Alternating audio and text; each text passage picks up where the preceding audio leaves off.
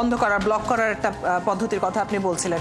আমি একটু advocate M Amirul Islam মনিরের কাছে জানতে চাই যে যারা ছড়াচ্ছে তাদের মধ্যে কেউ কেউ হয়তো না বুঝেই বা বিশ্বাস করে সরল বিশ্বাসেও ছড়াচ্ছে। যেমন আমরা ব্লু টিক কিছু আইডি থেকে যখন দেখছি কোনো একটা তথ্য দেওয়া হচ্ছে তখন কেন যেন মনে হয় আচ্ছা হতেও পারে, হয়তো এটা সত্যি কথাই বলা হচ্ছে।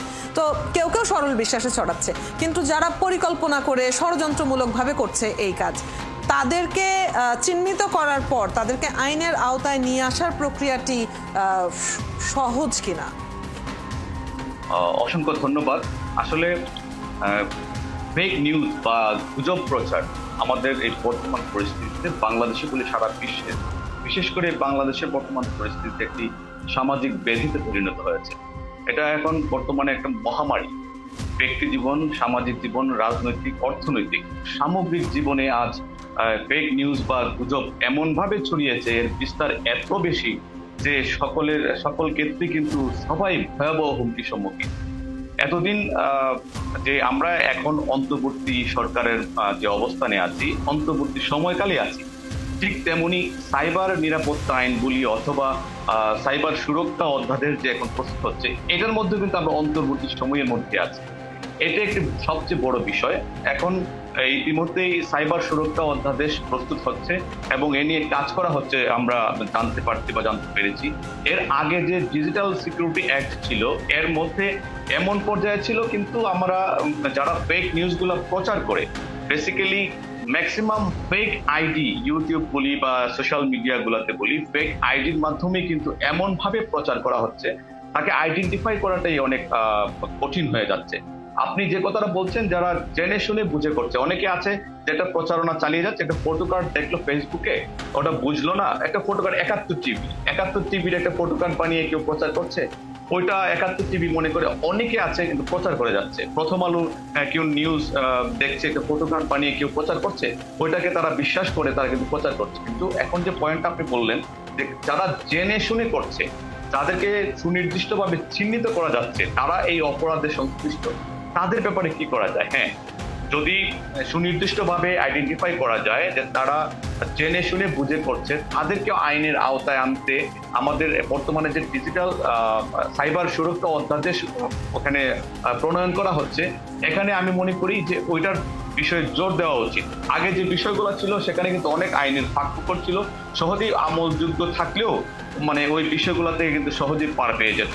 আমি মনে করি যেহেতু সাইবার বিষয়টি এবং সামাজিক যোগাযোগ মাধ্যমে, ইউটিউবে, ফেসবুকে, বিভিন্ন মাধ্যমে যেখানে ফেক নিউজ জেনে শুনে বুঝে করছে, ওই বিষয়গুলোকে যদি আমরা শক্ত হাতে দমন না করি, আমাদের ব্যক্তি, রাজনৈতিক, সামাজিক, অর্থনৈতিক জীবনে ভয়াবহ রূপ ধারণ করবে। আমি মনে করি বর্তমানে যে সাইবার সুরক্ষা অধ্যাদেশটি প্রণয়ন করা হচ্ছে, নিঃসন্দেহে এখানে অবশ্যই এই বিষয়টিকে খুব জোরালোভাবে ভূমিকা রাখাতে হবে এবং জোরালোভাবে আইন প্রণয়নে যেন যারা জেনে বুঝে শুনে যারা ওই ধরনের অপকর্মে জড়িত হচ্ছে, তারা যেন কোনো কিছুতে পার না পাওয়া যায়।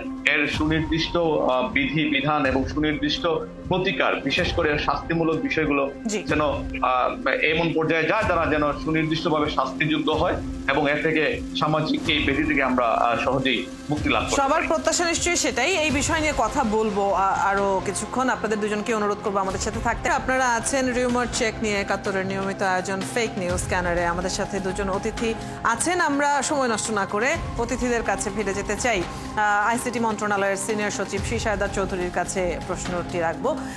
আমরা অনেক সময় দেখছি যে শুধুমাত্র দেশের অভ্যন্তরে যেসব গুজব ছড়ানো হচ্ছে, অপতথ্য ছড়ানো হচ্ছে, এর বাইরেও আন্তর্জাতিক মহলেরও কিছু অপতথ্যের প্রচার কিন্তু দেখা যাচ্ছে। এসব ক্ষেত্রে কি মনে করেন, আমাদের সামগ্রিক নিরাপত্তা পরিস্থিতি কি প্রভাবিত হচ্ছে কিনা? ধন্যবাদ।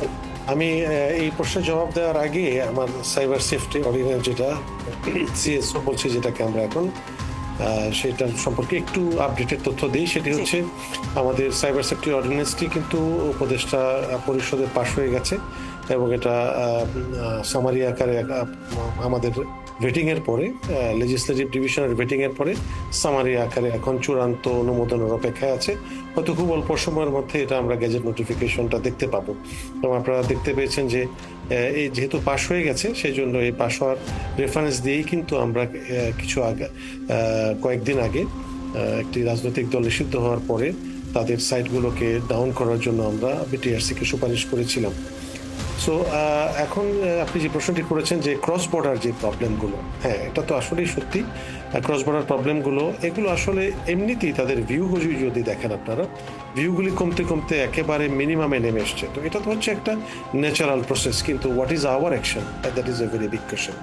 আমরা আসলে এটা এই বিষয়ে সতর্ক কিনা?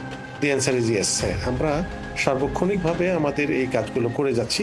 যেমন ধরেন আমরা যে আন্তর্জাতিকভাবে যোগাযোগের যে চেষ্টাগুলো করা হচ্ছে, যে ডিপ্লোম্যাটিক যে চ্যানেলগুলো আছে, এই ডিপ্লোম্যাটিক চ্যানেলগুলোকে আমরা ব্যবহার করছি।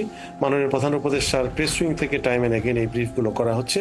এবং আমরা ডিপ্লোম্যাটিক চ্যানেলে যে মুভমেন্টগুলো হচ্ছে, এগুলো বাংলাদেশে অবস্থানত বিভিন্ন দূতাবাসগুলো আছে, জাতিসংঘের সংস্থাগুলো আছে, এগুলোকে টাইম এন্ড অ্যাগেন কিন্তু ফরেন মিনিস্ট্রি থেকে অ্যাপ্রেস করা হচ্ছে।